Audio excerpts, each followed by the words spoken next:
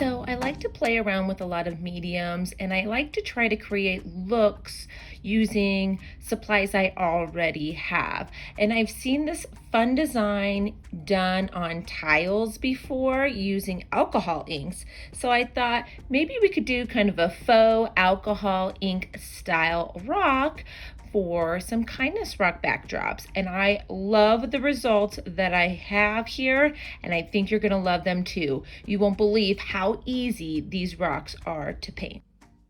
So I'm using a small stone. These white stones are perfect for this because the colors pop. There's no base coat necessary. Now, if you needed a base coat to do something like this, do it with a matte white paint. It will absorb a little bit of the paint to make this happen a little bit. So first thing I'm going to do is I'm just going to pulse my pen. You could also just lay a dollop of paint, acrylic paint, in one spot, and then we're going to add a few drops of water to it. Now, I have done a speed version of this video, but I had some people reaching out with questions about it, so I just kind of load it up until it starts falling over the edges, and then I also am going to kind of train it to go across my rock and off over another edge. So see, once it's going over the edge there, we can encourage more of that color to go in that direction just by simply tilting our rock. Okay, so I still got a good amount of paint. We want a pretty opaque look to this paint when it's done, so we can have it go over a few edges. It can sit on top of the rock in a few places.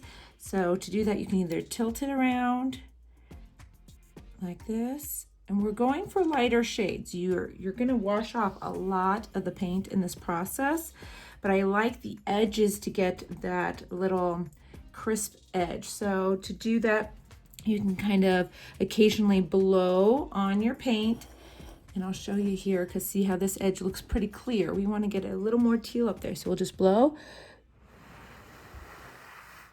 and see how you can kind of get that paint out to the edges. And that way when it dries, you get this edge. See over here how we're starting to get this edge as it dries. So just occasionally a few bursts of air to get the paint out to the edge. Now you'll want to let it dry a little bit in between, and then we'll blow on it again just to create different layers and edges within each color. So this is going to sit here and dry. And once this layer is dry, we'll start with layer number 2.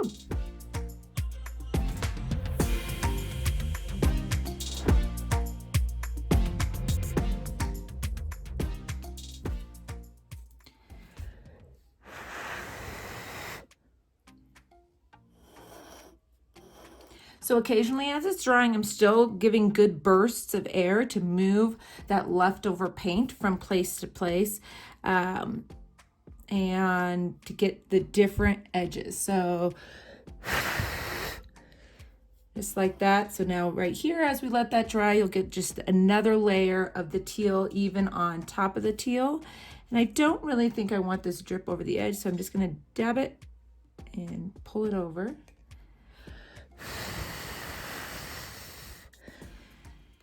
There we go, and see, you can see all those different layers of that teal on there.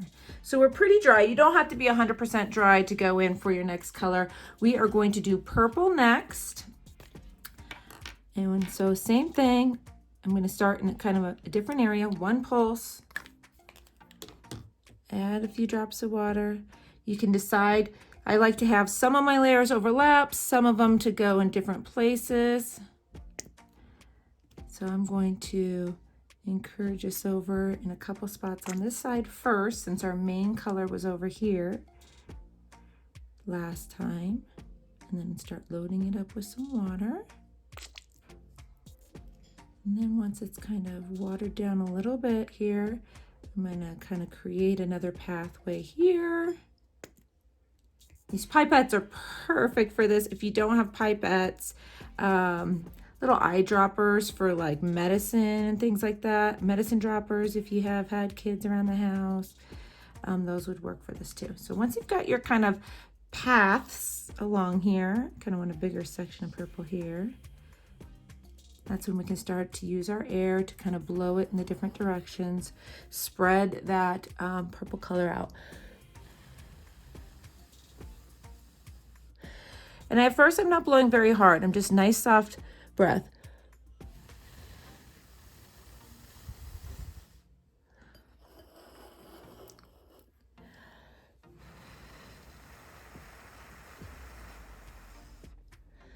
Now you obviously want to keep in mind when you're picking your colors for this, shades that will blend well together when they overlap. Purple and teal look great. We're going to do a pink final layer on this with one of the glitter pens because it gives a really cool shimmer.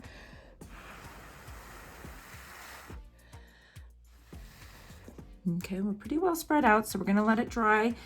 Again, just let it dry until you see the edges start to get these lines. See how we've got some edges here that are starting to dry. So now that we have our new puddle areas, we want to let it dry just a little bit, and then we'll blow some air again, dry a little bit, blow some air again until we are mostly dry, where we don't have any puddled paint left on the rock.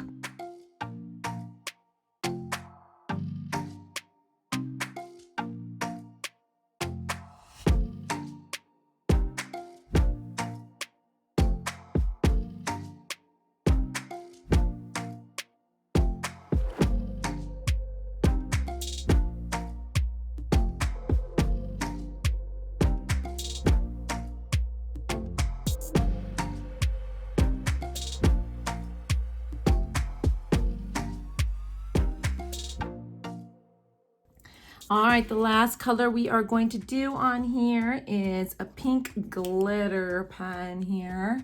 This will add a fun shimmer layer. So we're gonna do the same thing as we were doing the rest of this time. So for this one, I will speed it a little bit, and you can just enjoy watching the paint flow.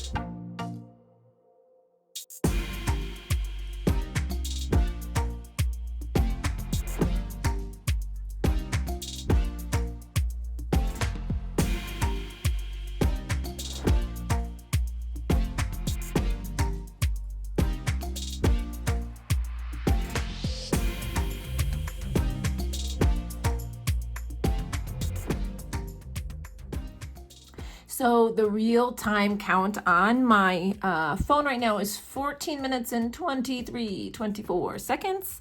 So you know, a lot of this is sped up, so just take your time, play around with this. There is really no like perfect right way to do this style of painting. It's just really feel the colors, feel the paint. Play around with how much time you let it dry in between layers. I will share a picture of this completely dry here at the end of the video. I'm going to move it to the side here. Check out that shimmer. It's just gorgeous. That top coat having those glitter pens. I've got a couple other drying over here that I did this bigger style, and you can see it's a little more dry. See how you get that shimmer from the glitter paint? It kind of settles in certain areas, almost like layers as well. And then I have this little itty bitty mini one that I did here too. This one I only did 2 tones, and the purple kind of dried pretty hard on me here. So that's what a little thicker paint sitting a little longer can leave something more along that line. So again, it's a lot of trial, error, learning. I don't know that there's really a lot of error. Pretty much they all look beautiful. So not a lot of error, but have fun with this process and design. If you need links for any of the materials I used in this video, they are all in the description, so that you can grab these stones or the glitter pens. I'll even make sure that I've got something for the pipettes for you guys if you're interested in those. So you all have a wonderful day. Enjoy your rock painting, and we'll see you soon with another tutorial. Bye-bye.